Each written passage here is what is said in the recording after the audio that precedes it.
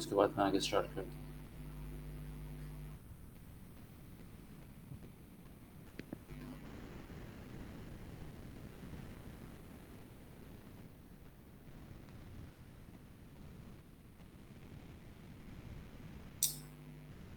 बात कर रहे थे हम लास्ट क्लास में, तो उसी पर थोड़ा सा आगे गो थ्रू करेंगे हम। और आज कोशिश करेंगे कई चैप्टर हमारे पास इंशाल्लाह ताला वाइड अप हो जाए। ठीक, मैथमेटिक्स फर्स्ट ईयर क्लास। और हमने कल सॉरी लास्ट क्लास में डिस्कस किया था, उसमें हमने अगर मुझे याद हो तो हमने कहा था आपसे कि नेक्स्ट क्लास में हम रो क्वेश्चंस के बारे में डिस्कस करेंगे, जिसमें हम इक्लॉन फॉर्म और रिड्यूस इक्लॉन फॉर्म की बात करेंगे। ठीक है ना। तो आज हम वही डिस्कस करने जा रहे हैं कि आज हमारा टॉपिक है रो ऑपरेशंस। ठीक है। रो ऑपरेशंस का मतलब क्या होता है कि आपके पास जो भी एक कोई मैट्रिक्स दी गई है, ठीक है, कोई भी अगर हमारे पास कोई एक मैट्रिक्स दी गई है और उस मैट्रिक्स के अंदर जितनी भी हमारे पास रोज़ हैं उनके दरमियान हम इंटरचेंज कर सकते हैं चीज़ों को। ठीक है ना। इंटर चेंज कर सकते हैं हम, या फिर हम उनके दरमियान कोई एडिशन कर सकते हैं। एडिशन के साथ साथ हम सब्ट्रैक्शन भी कर सकते हैं। ठीक है ना।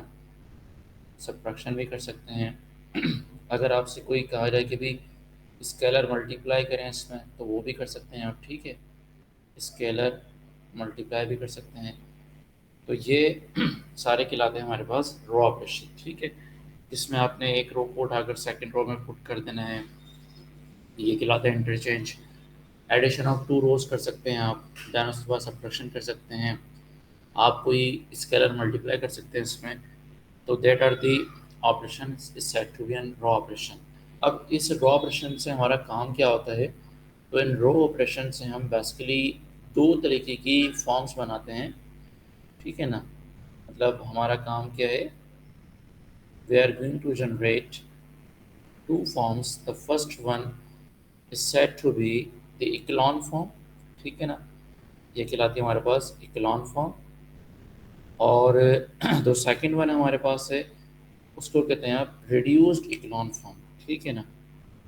Reduced echelon form. तो ये अच्छा हमारा टॉपिक है, उसके अलावा भी हम आगे फर्दर डिस्कस करेंगे। तो अब बात करते हैं कि ये इक्लॉन फॉर्म किस तरह से बनती है और रिड्यूस्ड इक्लॉन फॉर्म किस तरह से बनती है। ठीक है ना। तो अब हमारा टॉपिक बेसिकली हम फर्स्ट अभी डिस्कस करने जा रहे हैं, that is said to be an echelon form. Echelon form of the matrix. ठीक है ना। इक्लॉन फॉर्म, या फिर इसको हम ये कह सकते हैं कि भाई सर, आपके पास जो इक्लॉन फॉर्म होती है उसको आप रो इक्लॉन फॉर्म भी कह सकते हैं। ठीक है ना। रो इक्लॉन फॉर्म। अब बनाते किस तरह से हैं इस फॉर्म को, ये होती क्या है, उस पर कुछ इसकी कैरेक्टरिस्टिक्स हैं, पहले उस पर बात कर लेते हैं, दैन उसके बाद हम आगे चलते हैं। ठीक है ना। तो कह रहा है कि सबसे पहले जो कैरेक्टरिस्टिक है ना, वो ये है हमारे पास कि इसमें जो लीडिंग सॉरी कैरेक्टरिस्टिक मतलब हमारे पास किस तरह से बनती है ये, उस पर बात कर रहे हैं। सबसे पहले कहता है कि भाई आपके पास पॉइंट नंबर ए, तो रिड्यूस इक्लॉन फॉर्म के अंदर जितनी भी हमारे पास इक्लॉन फॉर्म बनेगी, उसमें हमने क्या क्या करना होगा, जो हमारे पास लीडिंग वैल्यू होगी, लीडिंग का मतलब क्या है, जो हमारे पास फर्स्ट वैल्यू होगी उसको हमें क्या करना होगा, मतलब आप कह दीजिए the first leading value, leading entry कर दीजिए भले आप इसको, entry in sorry is one. Then उसके बाद लीडिंग एंट्री का मतलब क्या है, जो फर्स्ट रो का फर्स्ट एलिमेंट होगा उसको कह रहा हूँ मैं। सेकेंड हमारे पास क्या होगा, the second the second leading entry, leading sorry entry is one in the second row, second row. और उससे पहले क्या होंगे, हमारे पास सारे जीरोज होंगे। ठीक है ना। और थर्ड क्या कह रहा है, the third sorry the third value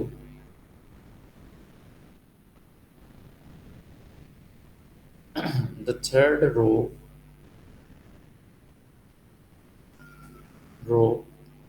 is all zeros। क्या मतलब कि भाई सबसे पहले आपने करना क्या होगा कि अगर कोई मैट्रिक्स आ रही है उसमें जितनी भी हमारे पास एंट्रीज हैं उसमें जो लीडिंग एंट्री होगी वो लाजमी क्या होना चाहिए हमारे पास, वन होनी चाहिए किसी भी रो की। तो इसको बोलते हैं, बस सिंपल सी बात क्या है कि जितनी भी आपके पास यूँ समझ लें कि मैट्रिक्स है उसमें जो रोज़ हम काउंट करेंगे ना, फर्स्ट रो में देखेंगे उसकी जो पहली एंट्री होनी चाहिए वो क्या होनी चाहिए बेटा, वन। सेकेंड रो की जो हमारे पास एंट्री हो वो क्या हो, वन हो। उसी तरह से जो हमारे पास थर्ड रो हो या फिर फोर्थ रो उसकी लीडिंग एंट्री क्या हो, वन हो, या फिर अगर थर्ड एंट्री में जीरो आ रहे हैं तो वो भी इक्लोन फॉर्म कहला सकती है। अच्छा, वन से पहले क्या हो, तो वन से पहले कहता है कि वन से पहले आपके पास लाजमी क्या होना चाहिए, वो जीरोज होना लाजमी है, ठीक है ना। जैसे कि अगर मैं कोई एग्जांपल आपको पिक करके दिखाऊं, जैसे कि अगर मैं कह दूं कि भाई एक आपके पास इक्लोन फॉर्म दी गई है, इसमें लिखा हुआ है वन टू, लेट सपोज आपने कह दिया ज़ीरो। उसके बाद अब क्या होगा, देखो फर्स्ट एंट्री हमारे पास क्या हो गई, वन हो गई। सेकेंड एंट्री के अंदर वन के नीचे क्या आएगा, ज़ीरो। उसके बाद लेट सपोज मैं कह रहा हूँ कि वन से स्टार्ट हो रही है, हमेशा वन से स्टार्ट होना लाजमी है, और उससे पहले क्या आएंगे, जीरोज आएंगे। जैसे अगर मैं कह दूँ यहाँ पर भी हमारे पास क्या है, जीरो जीरो जीरो अगर दिए हुए हैं तो ये ओके है, इसको हम रिड्यूस इक्लॉन सॉरी इक्लॉन फॉर्म कह सकते हैं, ठीक है ना। इसको हम इक्लॉन फॉर्म कह सकते हैं। कैसे कहेंगे, दोबारा से मैं रिपीट कर देता हूँ कि सर ऐसी हमारे पास मैट्रिक्स जिसकी फर्स्ट एंट्री क्या हो, वन हो किसी भी रो की, और उससे पहले क्या हो हमारे पास जीरो। अच्छा, आप कहेंगे सर अगर लेट सपोज वन यहाँ पर नहीं बल्कि यहाँ पर आ जाए तो क्या फिर ये इक्लॉन फॉर्म कहलाएगी, नहीं ये इक्लॉन फॉर्म नहीं कहलाएगी, क्योंकि शर्त ये है कि पहली एंट्री का वन होना लाजमी है, उसके नीचे सारी वैल्यू जीरो हो, और जो भी रो हो उसके हमारे पास एंट्री स्टार्ट हो रही हो वो वन हो। तो ये आपके पास क्या है, इसका तरीक़ाकार है किस तरह से हम सॉल्व करते हैं। अब कहने का मतलब ये है कि भाई आपके पास सवाल तो ये आएगा नहीं, ठीक है, कि भाई आप इसको इक्लॉन फॉर्म में कन्वर्ट करें या फिर रिड्यूस इक्लॉन फॉर्म में कन्वर्ट करें, लेकिन फिर भी आपकी प्रैक्टिस के लिए मैं एक सवाल करा देता हूँ ताकि आपको ईजी लगे कि अगर सवाल आ जाए कि भाई आप सॉल्व करें और बताएं ज़रा, जैसा कि अभी हम स्टडी करेंगे आगे आइगन वैल्यूज़ आइगन वेक्टर्स पर, तो वहाँ पर ये थोड़ी सी इक्लॉन फॉर्म रिड्यूस इक्लॉन फॉर्म का काम होगा। तो अभी कह रहा है कि भाई यहाँ पर एक मैट्रिक्स दी गई है, टू फोर एट, देन उसके बाद फोर फाइव टेन, देन उसके बाद सिक्स फोर और ये ट्वेल्व, ठीक है ना। ये एक मैट्रिक्स है जो कि थ्री बाई थ्री की मैट्रिक्स है, और अब हम क्या करने जा रहे हैं इसके अंदर, कन्वर्ट करने जा रहे हैं इसको इस तरह से क्लॉन फॉर्म में, ठीक है ना। तो इसको लिख रहा है भाई यहाँ पर, कन्वर्ट इनटू दी इक्लॉन फॉर्म। चलें जी, स्टार्ट करते हैं। अभी आपके पास कैसे होगा ये सवाल जी। अच्छा, अब सबसे पहले एंट्री क्या दी हुई है हमारे पास, टू दी हुई है ना, तो आप क्या करेंगे, इस पूरी मैंने आपको बताया था कि भाई स्केलर मल्टीप्लाई कर सकते हैं आप, तो स्केलर मल्टीप्लाई कर दीजिए वन अपॉइंट टू से इस पूरी रो को सॉल्व कर दीजिए, ठीक है ना, सॉरी डिवाइड कर दीजिए या मल्टीप्लाई कर दें सॉरी। तो यहाँ पर ये बन जाएगा हमारे पास वन, मतलब टू वन अपॉइंट टू से अगर मैं इसको सॉल्व किया तो मतलब आप इसको ये कहना चाह रहे हैं इस तरह से, ठीक है ना। तो ये बन जाएगा वन, फिर ये टू बन जाएगा और ये बन जाएगा फोर। ये सारी वैल्यूज़ को आप सामने लिखिए, five ten six four and twelve. अब इसके नीचे वाली वैल्यू क्या हो हमारे पास, ज़ीरो हो, तो आप क्या करेंगे यहाँ पर आप ऐसा कर सकते हैं कि इस रो वन को आप फोर से मल्टीप्लाई करके इसको शायद माइनस कर दें। मतलब क्या कि यहाँ पर आप ऐसा करें कि four R one minus R two, मतलब यहाँ पर वन था ना, तो उसको अगर मैं इसको फोर से मल्टीप्लाई करूँगा तो ये फोर हो जाएगा, दोनों सब्ट्रैक्ट करने पर यहाँ पर जीरो आ जाएगा। तो इसको सॉल्व करने पर हमारी आंसर क्या बन जाएगी, वन टू फोर, उसके बाद क्या रहेगा ज़ीरो, फिर माइनस थ्री, देन उसके बाद माइनस सिक्स, देन सिक्स, उसके बाद फोर, और ये फिर हमारे पास ट्वेल्व। तो इस तरह से हम इसको सॉल्व करेंगे। अब अगला वैल्यू क्या करनी है हमें, यहाँ पर इसको भी ज़ीरो करना है। तो यहाँ पर आप एक ऑपरेशन और लगा दीजिएगा, ठीक है, मतलब 6 को R1 से मल्टीप्लाई करके और ये R3 कर दीजिएगा, तो ये भी ज़ीरो रहेगा। फिर उसके बाद इसको मुझे ज़ीरो करना है और इसको 1 करना है। तो ये इस तरह से आप सॉल्व कर लीजिएगा, आसानी से हो जाएगा आपके पास। ये आगे मैं नहीं करा रहा क्योंकि अब हमारा जो काम ये नहीं है, क्योंकि एमसीक्यूज़ पर हम बात कर रहे हैं अभी। तो बस आपको मैंने टेक्सचर दिया है कि एक्चुअल में होता क्या है, ठीक है ना। इक्लोन फॉर्म और रिड्यूस इक्लोन फॉर्म की बात करते हैं हम, कि रिड्यूस इक्लोन फॉर्म क्या होती है। अभी भी अगर कोई कहता है कि भाई सर इसको कंप्लीट करने, तो फिर हम कंप्लीट कर लेंगे लास्ट में अगर आप पूछेंगे तो, ठीक है ना। रिड्यूस्ड इक्लोन फॉर्म, ठीक है। अब रिड्यूस्ड इक्लोन फॉर्म क्या होती है, तो उस पर बात करते हैं ज़रा कि रिड्यूस्ड इक्लोन फॉर्म को के आपके पास कैरेक्टरिस्टिक क्या है, इस पर थोड़ी सी हम देख लेते हैं चीज़ों को, ठीक है ना।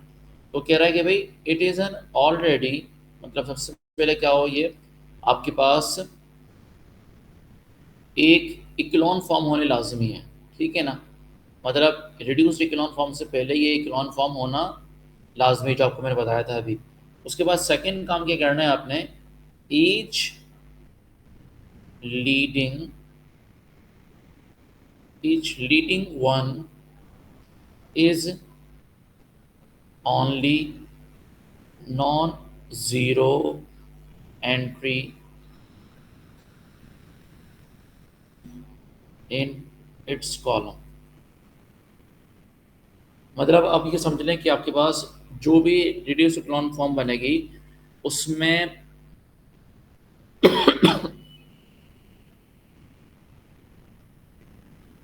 यूँ समझ लें कि आपके पास रिड्यूस इक्लोन फॉर्म कब बनेगी। सबसे पहले तो वो इक्लोन फॉर्म होने लाजमी है। इक्लोन फॉर्म होने के बाद आपने क्या करना है कि जो भी उसकी डायगोनल होगी ना, उन डायगोनल एलिमेंट्स हमारे पास वंस हो, ठीक है ना। डायगोनल एलिमेंट्स तो मैंने बेसिकली नहीं करा, जैसा आप याद रख लीजिएगा, सिंपल वे में समझा रहा हूँ आपको मैं। कॉलम वगैरह आपको शायद समझ ना आए तो कॉलम जो जो भी हमारे पास प्राइमरी डायगोनल होगी उसमें होने चाहिए वंस, और उसके जो पहले या फिर नीचे एलिमेंट्स हैं वो क्या होने चाहिए हमारे पास, जीरोस। तो ये बन जाएगी आपके पास क्या, इसको बोलेंगे हम रिड्यूस्ड इक्लॉन फॉर्म। दोबारा से रिपीट कर रहा हूँ, सबसे पहले वो इक्लॉन फॉर्म हो, और आप इसको समझ लें कि इस तरह से कि जो भी इसके प्राइमरी डायगोनल्स हैं उसमें वंस हो, और सेकेंडली उससे पहले जो एलिमेंट्स हैं वो हमारे पास ज़ीरो हों, और उसकी जो डाउनवर्ड वैल्यूज दी हुई हैं वो भी हमारे पास क्या हों, ज़ीरोज़ हों। तो ये कहलाती है, जैसे कि इसको बोलते हैं हम रिड्यूस्ड इक्लॉन फॉर्म। जैसे कि अगर मैं आपको एग्जांपल दूँ एक तरह की, कि भाई एक मैट्रिक्स है और उस मैट्रिक्स के अंदर लिखे हुए एलिमेंट 1 0 2, देन उसके बाद 0, देन उसके बाद 1 3, और फिर लेट सपोज आप यहाँ पे लिखते हैं भाई 0 0 और फिर इधर 1। देखिए ज़रा, जो हमने बात करी अभी यहाँ पर डायगोनल एलिमेंट्स हमारे पास क्या आ रहे हैं, वंस आ रहे हैं, उससे पहले क्या है हमारे पास जीरोज़ हैं, और इक्लॉन फॉर्म की बन रही है, क्योंकि इक्लॉन फॉर्म कहती है कि भाई आपके पास हर लीडिंग वैल्यू, रो की लीडिंग वैल्यू क्या हो हमारे पास, 1 होनी लाजमी है, ठीक है ना। तो ये बस बात ख़त्म हो गई हमारे पास यहाँ पर। अब आप किस तरह करेंगे, वही रो ऑपरेशन लगाएंगे, इसमें आप पहली वैल्यू को 1 करेंगे, उसके बाद नीचे वाली वैल्यू को 0, फिर 0, देन एक्सेट्रा। इस तरह से आप इसको रो ऑपरेशन को फॉलो अप करके इसको सॉल्व कर सकते हैं, ठीक है ना। तो ये था हमारे पास क्या नाम है, ये इक्लॉन फॉर्म और रिड्यूस इक्लॉन फॉर्म का थोड़ा सा टेक्सचर आपको मैंने दिया है। अब हम बात करते हैं आगे कि भाई इन रिड्यूस इक्लॉन फॉर्म को और इक्लॉन फॉर्म को बनाने का मकसद क्या है। तो सबसे बड़ा मकसद ये है कि आपके पास जितनी भी आप कह दीजिए कि सर साइमल्टेनियस लीनियर इक्वेशंस होती हैं ना हमारी, मतलब मैं अगर आपको थोड़ी सी एग्जांपल देना चाहूँ, साइमल्टेनियस लीनियर इक्वेशंस, ठीक है। तो एग्जांपल के तौर पर आपको मैं कहना चाह रहा हूँ कि भाई साइमल्टेनियस लीनियर इक्वेशंस क्या होती हैं। सर ऐसी इक्वेशंस जो सबसे पहले तो लीनियर हो, मतलब उनकी जो पावर हो वो क्या हो हमारे पास, 1 के इक्वल हो, उनके वेरिएबल्स की पावर। और दूसरा क्या होता है सर, दूसरा ये होगा कि उन इक्वेशंस को अगर मैं सॉल्व करूं तो हमारे पास उनका सॉल्यूशन जो है वो हमारा सेम आए, मतलब एक्स की वैल्यू हमारी जो आ रही हो वो तकरीबन तीनों पर अप्लाई हो रही हो, जो थर्ड वैल्यू आ रही हो वो भी तीनों अप्लाई हो रही हो, सेकंड वैल्यू भी अगर हो तो वो भी तीनों अप्लाई हो रही हो, मतलब जो जो उसके आंसर आएंगे वो तीनों इक्वेशंस को सेटिस्फाई करेंगे, ठीक है ना। तो ये कहलाती है साइमल्टेनियस इक्वेशन। क्या मतलब कि अगर मैं आपसे कहूँ कि भाई ये ग्राफ दिया हुआ है, इस ग्राफ के ऊपर ये क्या एक्स प्लेन है और ये क्या वाई प्लेन है, और इस पर अगर तीन इक्वेशंस बन रही हैं तो जहाँ पर ये तीनों मीट करेंगी वो क्या होंगे, उसके सॉल्यूशन होंगे। और जाहिर सी बात है वो थ्री अगर इक्वेशन है तो हम उसको थ्री डी में पिक कर लेंगे। एक्स प्लेन होगा, उसका वाई प्लेन होगा और जेड प्लेन होगा। यहाँ पर जस्ट मैंने इसको आपको टू प्लेन्स बताया क्योंकि यहाँ पर अभी ड्रॉ नहीं हो सकता, क्योंकि हमारा जो आपको पता है कि ये टू डी प्लान है, जितना भी आप देख रहे हैं अभी क्लास में भी। तो इस जगह पर आप प्लॉट करना मुश्किल, थोड़ा सा इसको विजुलाइज करना बहरहाल। तो अभी लेट सपोज मैंने आपको ये कहा कि भाई ये जो इक्वेशन दी गई है हमारे पास वो क्या है, साइमल्टेनियस लीनियर इक्वेशंस हैं, ठीक है ना। और साइमल्टेनियस लीनियर इक्वेशंस का मकसद क्या होता है कि अगर मैं आपसे ये कहूँ कि भाई इक्वेशन दी गई है और उधर लिखा हुआ है जैसे कि 2x + 3y, और फिर उसके बाद 4z, एंड देन उसके बाद कोई यहाँ पर लिखा हुआ नंबर जिसके मैंने कह दिया a, इधर लिखा हुआ हमारे पास 5x + 2y, and then let's suppose आप करते हैं 6z और लिखा हुआ यहाँ पर हमारे पास b। उसके बाद आपके लिखते हैं 6x + 3y, और फिर उसके बाद लिखते हैं आप यहाँ पर 4z और इधर लिखते हैं आप c। अब इनको बोलते हैं हम साइमल्टेनियस लीनियर इक्वेशंस, ठीक है ना। अब करते क्या है इसको, अब मैंने आपको बताया था कि भाई हम इनको तीन हिस्सों में डिस्ट्रीब्यूट करते हैं, मतलब तीन मैट्रिक्स बनाते हैं और फिर यहाँ से एक्स वैल्यू फाइंड करके होते हैं, ठीक है। तो एक्चुअल में इक्लॉन फॉर्म, रिड्यूस इक्लॉन फॉर्म हमारे पास वहाँ पर यूज़ में होती हैं जहाँ पर इन साइमल्टेनियस इक्वेशंस को हम सॉल्व कर रहे होते हैं। मतलब यूँ समझ लें कि मैट्राइसिस का डायरेक्ट कोई लिंक नहीं है। मैट्राइसिस एक टूल है जिसकी मदद से हम दूसरे डिफरेंट मैथमेटिकल प्रिंसिपल्स को, मैथमेटिकल प्रॉब्लम्स को सॉल्व कर रहे होते हैं, ठीक है ना। मैट्राइसिस एक तरह का टूल, समझ लें एक तरह का टूल है हमारे पास। अब यहाँ पर कह रहा है कि जिस तरह से ये इक्वेशन दी गई है हमारे पास, अगर ए बी सी, मतलब अगर मैं कह दूं कि भाई यहाँ पर ए बी सी ये वैल्यू सारी क्या हो जाए, जीरो के इक्वल आ जाए। मतलब इसको आप ऐसे लिखेंगे फिर a = b, b = c और c = 0। इसका मतलब ये होगा सारी वैल्यूज यहाँ पर क्या आ जाएंगे, जीरो आ जाएंगी। तो ऐसी साइमल्टेनियस इक्वेशंस जिनकी ए बी वैल्यूज जीरो हों उनको क्या कहते हैं, होमोजेनियस लीनियर इक्वेशंस, ठीक है ना। और ऐसी इक्वेशंस जिनकी ये वैल्यूज या तो बराबर ना हो, ठीक है ना, मतलब सॉरी इस तरह करते हैं थोड़ा ज़्यादा ईजी हो जाएगा आपके लिए कि ये तो लेट सपोज हमने कह दिया भाई बराबर ना हो, और अगर बराबर भी हैं तो ये ज़ीरो के इक्वल ना हो, ठीक है। बराबर तो हो सकती हैं लेकिन अगर ज़ीरो के इक्वल नहीं है तो हम क्या बोलेंगे इसको, non homogeneous, non homogeneous linear equations, ठीक है ना। तो अब दोबारा से रिपीट कर रहा हूँ कि मैं ऐसी इक्वेशंस जो कि हमारे पास जिनकी constant values A B C zero होती हैं उनको बोलते हैं होमोजीनियस, और जिनकी वैल्यू जीरो नहीं होती उनका वो क्या बोलते हैं, नॉन होमोजीनियस। अब आपकी इस फर्स्ट ईयर की बुक में बेसिकली वैसे तो हमारे पास बहुत सारे मेथड्स हैं, लेकिन यहाँ पर दो रूल्स हैं जिसकी मदद से हम सिस्टम ऑफ इक्वेशन को सॉल्व करते हैं, ठीक है ना। सिस्टम या फिर साइमल्टेनियस लीनियर इक्वेशन कहते हैं, सिस्टम ऑफ इक्वेशंस को सॉल्व करने के चार रूल दिया है इसमें, ठीक है ना। तो पहला तो ये है हमारे पास matrix inversion method, matrix inversion method. अच्छा, मैट्रिक्स इन्वर्जन मेथड में करते क्या है हम कि ये लिखते हैं x = a इनवर्स b। तो इनवर्स निकालने का थोड़ा सा टाइम लगता है, इसलिए उसको हम अभी यहाँ पर सेकंड मेथड्स को भी लेकर आते हैं। और सेकंड मेथड क्या होता है हमारे पास, आप पढ़ते हैं भाई सर क्रैमर्स रूल या फिर क्रैमर्स मेथड कर दीजिए। उसमें होता ये है कि आपके पास x की वैल्यू निकालने के लिए हम ax divide by determinant of a करते हैं, y निकालने के लिए हम ay divide by determinant of y करते हैं। उसके बाद ये सॉरी ठीक, अब z निकालने के लिए क्या करेंगे, हम z निकालने के लिए A Z divide by determinant of A Z करते हैं, ठीक है ना। अब ये एक्स क्या है, ए वाई क्या है और ए जेड क्या है। तो एक्स क्या होता है, जहाँ पर हमारे पास फर्स्ट कॉलम में अगर हम कांस्टेंट वैल्यू पुट करते हैं तो क्या हो जाएगा, वो एक्स हो जाएगा। ए वाई के लिए सेकेंड कॉलम में अगर पुट करते हैं हम कांस्टेंट की वैल्यू तो वो ए वाई हो जाएगा। और ए जेड क्या हो जाएगा, अगर थर्ड कॉलम के अंदर हम मैट्रिक्स के कांस्टेंट की वैल्यू पुट करते हैं तो क्या हो जाएगी, वो ए जोड़ हो जाएगी। डिटरमिनेंट तो आपको लेना आता है, वो आप आसानी से ले सकते हैं, क्योंकि थर्ड रूल सेकंड रूल है हमारे पास। ठीक है, थर्ड रूल क्या होता है? थर्ड रूल हमारे पास यूँ समझ लें कि जो हमने दो मेथड डिस्कस कर रहे थे, गॉस जॉर्डन मेथड और गॉस एलिमिनेशन मेथड, ठीक है ना। मतलब आपके पास Gauss elimination Gauss elimination method, अब ये है क्या, कॉमेंट रखिएगा।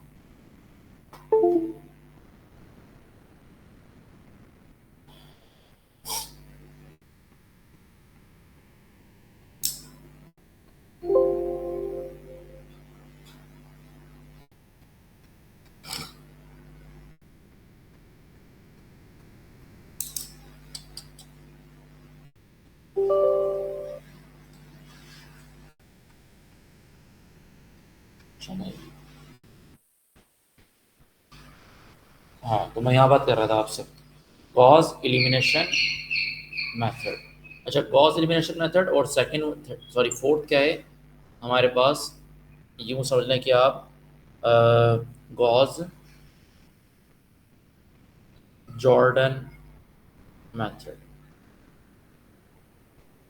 ठीक है, तो एक सेकंड रुकिएगा, बस मैं आता हूँ। ठीक है, एक सेकंड रुकिए।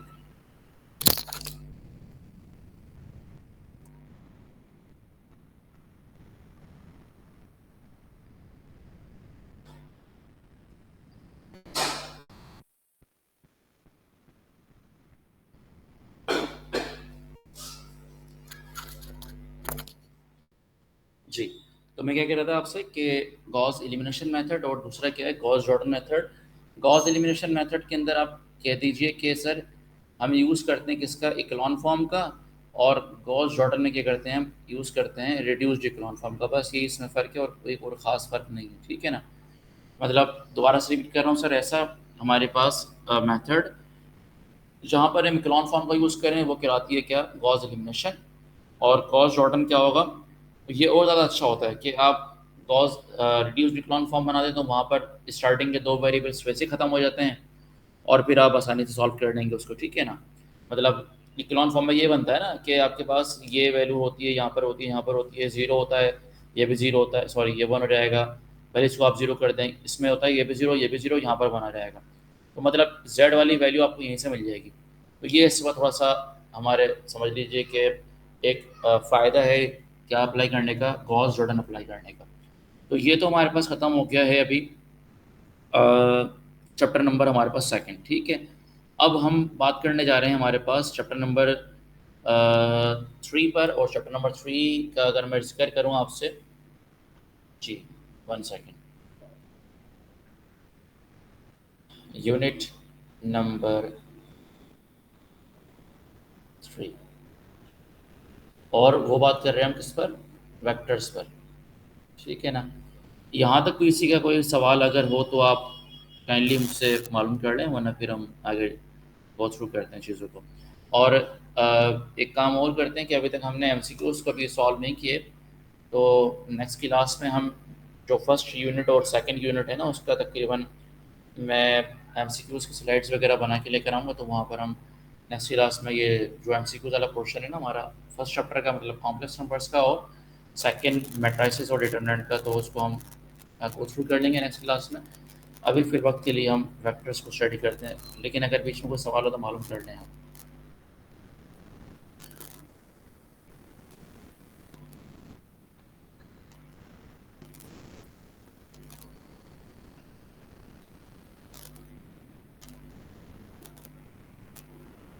कोई भी सवाल नहीं है आप लोगों का? चलें ठीक है, कोई सवाल नहीं है, कैसे पॉसिबल है, आप सब हैं यहाँ पर? बिल्कुल हैं। चलें जी, बहुत अच्छी बात है। अच्छा जी, तो मैं क्या कर रहा था आपसे, यूनिट नंबर हमारे पास थ्री और उसका नाम है वेक्टर्स। तो अगर मैं बात करूँ वेक्टर्स बेसिकली क्या होता है, तो आप उसको बस सिंपली डिफाइन कर देते हैं कि भाई सर ऐसी क्वांटिटी जो कि जिसके अंदर सर हम, एक्सक्यूज मी। थोड़ा सा जी सर जी। इचलान फॉर्म और रिड्यूस इचलान फॉर्म में थोड़ा सा डिफरेंस बता अच्छा, दें। इक्लॉन फॉर्म और रिड्यूस इक्लॉन इचलान और फॉर्म। रिड्यूस इचलान फॉर्म में। अच्छा, फ़र्क बस ये है इक्लॉन फॉर्म और रिड्यूस इक्लॉन फॉर्म के अंदर हमारे पास के इक्लॉन फॉर्म के अंदर आपकी जो भी रोज़ होती हैं उस पर हम डिपेंड करते हैं, और जो आपकी यूँ समझ लें कि रिड्यूस्ड इक्लॉन फॉर्म है उस पर हम कॉलम पे डिपेंड करते हैं, ठीक है ना। मतलब इक्लॉन फॉर्म के अंदर आपके पास जितनी भी रोज़ होती हैं ना, उसकी स्टार्टिंग वैल्यू हमारी हमेशा 1 होनी लाज़मी है, बस ये शर्त है उसमें, ठीक है ना।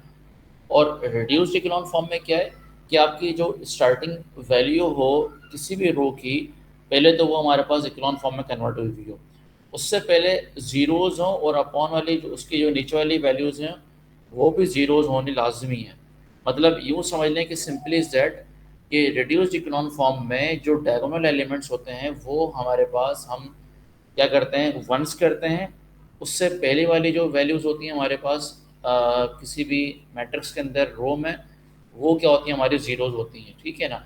और अप डाउन आपके पास क्या होती हैं, वो वैल्यूज़ ज़ीरोज़ होती हैं। तो ये है हमारे पास रिड्यूस्ड इकोलॉन फॉर्म, और उससे पहले वाली क्या थी, इकोलॉन फॉर्म।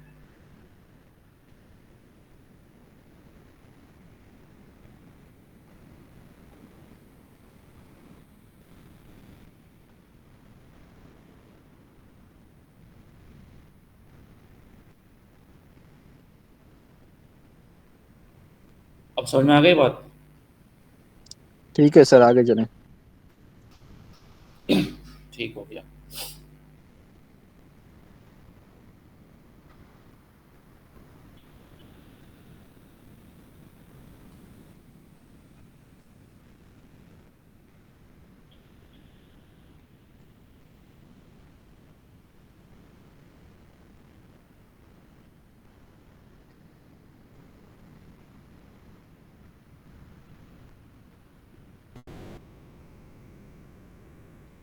जी, तो मैं बात कर रहा था आपसे वेक्टर्स पर। तो वेक्टर्स पर हम अभी गो थ्रू करते हैं चीज़ों को कि भाई बेसिकली वेक्टर्स क्या होते हैं।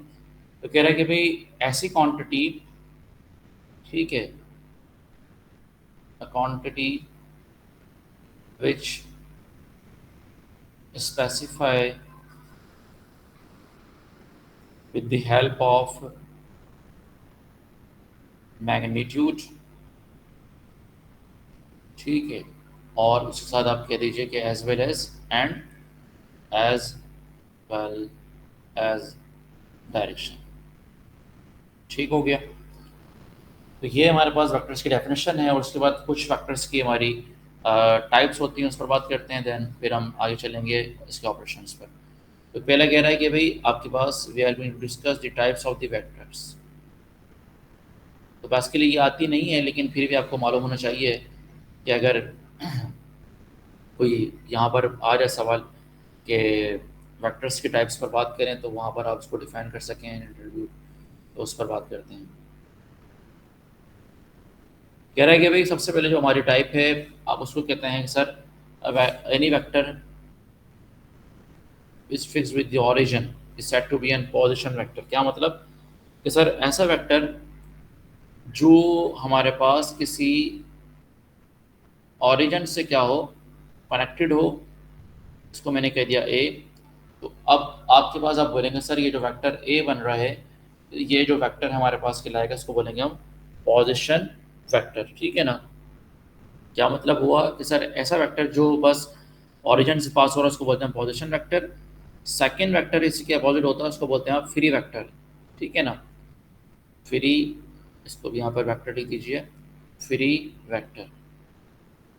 अच्छा, फ्री वेक्टर क्या होता है सर, ऐसा वेक्टर जो एक्सिस पर कोई ख़ास हमारी पहचान नहीं रखता हो। मतलब यूँ समझ लें कि अगर मैंने कोई एक वेक्टर बनाया लेकिन वो ओरिजिन से पास नहीं हो रहा, तो आप बोलेंगे सर ये जो वेक्टर ए है ये क्या है, फ्री वेक्टर है। लेट्स सपोज ये वेक्टर बना दिया मैंने, और मैंने कहा कि सर ये ओरिजिन से पास नहीं हो रहा, तो मतलब ये वेक्टर क्या है, हमारा फ्री वेक्टर है। इसी सूरत में एक होता है हमारे पास थर्ड वेक्टर की बात कर रहा हूँ मैं अभी, उसको बोलते हैं आप ज़ीरो या फिर नल वेक्टर, ठीक है ना।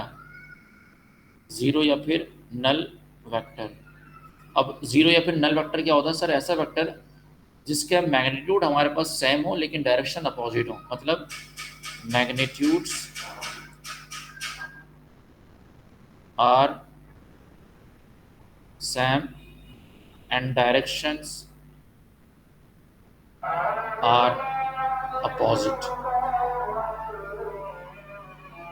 ठीक है ना? कैसे जैसे कि अगर मैं कह दूं वेक्टर ए दिया हुआ हमारे पास, इसका मैग्नीट्यूड क्या है बेटा, 4 यूनिट्स का है, और इसका वेक्टर मैं कह दिया भाई यहाँ पर दूसरा दिया हुआ है ए, और उसका मैग्नीट्यूड भी हमारे पास क्या है, 5 है।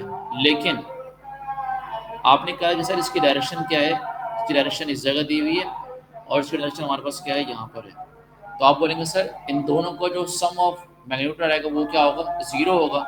तो मतलब सर ऐसा वेक्टर जिसका कह दीजिए मैग्नीट्यूड हमारे पास सेम होता है दो वेक्टर्स का, लेकिन उनकी डायरेक्शंस क्या होती है, सेम होती है, तो उनका जो रिजल्टेंट आंसर आता है वो क्या होता है, 0 होता है। इसलिए क्या बोलते हैं उनको, 0 वेक्टर्स। और यहाँ पर आप किसी सिंगल वेक्टर की बात नहीं करेंगे, 0 वेक्टर में हमेशा आप 2 वेक्टर्स की बात करते हैं, ठीक है ना जी। आगे चलिए अब इसके बाद, अच्छा यहाँ पर ख़त्म हो गया ये बात। अब हम बात कर रहे हैं फोर्थ पर, अजान भी हो गई है, तो बस यहाँ पर वाइंड अप करके फिर हम स्टार्ट करेंगे नेक्स्ट क्लास में यूनिट वेक्टर। अब यूनिट वेक्टर क्या होता है सर, ऐसा वेक्टर जिसका मैग्नीट्यूड क्या हो हमारे पास 1 हो। अब मैग्नीट्यूड 1 कैसे होगा भाई, मैग्नीट्यूड शुड बी 1। तो आप वेक्टर्स को जब डिनोट कराते हैं उसको कैपिटल लेटर से डिनोट करा रहे हैं, लेकिन यहाँ पर क्या होगा यूनिट वेक्टर में खास बात ये है कि भाई ये स्मॉल लेटर से डिनोट होता है, उस पर क्या आती है, कैप आती है। और फिर आप ऐसे करते हैं कि सर इस वेक्टर में अगर मैं कह दूँ भाई ये वेक्टर ए है, तो आप वेक्टर का क्या करेंगे, डिवाइड कर देंगे उसके मैग्नीट्यूड के साथ। मतलब किस तरह से, vector A divide by its magnitude. तो जब आपको पता है कि भाई अगर लेट सपोज का मैग्नीट्यूड हमारे पास 5 यूनिट से और डिवाइड आपने 5 से कर दिया, तो आंसर शुड भी क्या होगा, ऑलवेज 1। तो यहाँ पर आप कह सकते हैं कि सर ऐसे वेक्टर जिसका मैग्नीट्यूड हमारे पास 1 होता है वो कहलाता है क्या, यूनिट वेक्टर। फिर इसके कंपोनेंट्स होते हैं आई जे के एफ, उस पर बात करेंगे, डॉट प्रोडक्ट, फिर स्केलर प्रोडक्ट, फिर उसके बाद ऑपरेशंस वगैरह इनमें जो लगते हैं हमारे। तो यहाँ पर मैं क्लास को ख़त्म कर रहा हूँ, अभी ये अज़ान हो गई है, तो फिर इंशाल्लाह हम नेक्स्ट क्लास में डिस्कस करेंगे आगे फर्दर। कोई सवाल हो तो आप मुझसे मालूम कर सकते हैं। सवाल ये है सर कि वेक्टर के तो कंपोनेंट्स होते हैं ना, हम उसके मैग्नीट्यूड से डिवाइड करेंगे तो वो 1 कैसे होगा? देखें अगर कंपोनेंट्स की बात करें तो कंपोनेंट्स और डायरेक्शन तो हुए ना सारी, कंपोनेंट्स डायरेक्शन साथ उसमें मैग्नीट्यूड भी तो है ना। मतलब अगर मैं कहूँ कि भाई वेक्टर की डेफिनेशन क्या होती है, तो उसमें सर आप बोलते हैं डायरेक्शन भी होती है और मैग्नीट्यूड भी होता है। तो मैं जस्ट कह रहा हूँ मैग्नीट्यूड हमारे पास 1 हो जाएगा, डायरेक्शन तो वही जाहिर सी बात है सेम ही रहेगी ना। मतलब डायरेक्शन में कोई चेंजिंग नहीं होगी। आप कंपोनेंट्स की बात करें, कंपोनेंट्स में कोई चेंजिंग नहीं आएगा, आई जे के कंपोनेंट्स तो सेम ही रहेंगे। लेकिन बस होगा क्या कि जब उसके मैग्नीट्यूड के साथ हम उसको डिवाइड कर देंगे ना, तो उसका रिजल्टेंट आंसर क्या आएगा, 1 आ जाएगा। भाई मैं ये कहा आपके पास, जैसे कि अगर मैं यहाँ पर आपको ड्रॉ करके बताऊँ, कहाँ चला गया, ये देखिए ज़रा। भाई ये मैंने कह दिया 3 एक्सेस दिए हुए, इसके कंपोनेंट्स दिए हुए हैं। भाई मैंने कह दिया आई जे और ये के। अब आई जे के कंपोनेंट्स उसके सेम ही हैं, ठीक है। एज वेल एज क्या होगा इसमें, मैग्नीट्यूड भी होगा। मतलब डायरेक्शन तो हैं, डायरेक्शंस भी हैं और मैग्नीट्यूड भी है। मैंने क्या किया, डायरेक्शन तो वहीं पड़ी हुई हैं, बस उसके मैग्नीट्यूड से क्या कर दिया, जब उसको डिवाइड कराया तो आंसर क्या आएगा। आपको पता है कि भाई अगर मैं इसके मैग्नीट्यूड दिया हुआ है, जाहिर सी बात है इसका मैग्नीट्यूड हमारे पास क्या होगा, 4। 4 से डिवाइड करूँगा तो आंसर क्या आएगा, 4 divide by 4 will be the 1। तो ये हमारे पास एक्चुअली यहाँ पर इस्तेमाल हो रही है इसकी। आई होप आप क्लियर हो गया होगा, जी जी सर। ठीक है ना। चलिए जी, अपना ख्याल रखिएगा, नेक्स्ट क्लास में मुलाकात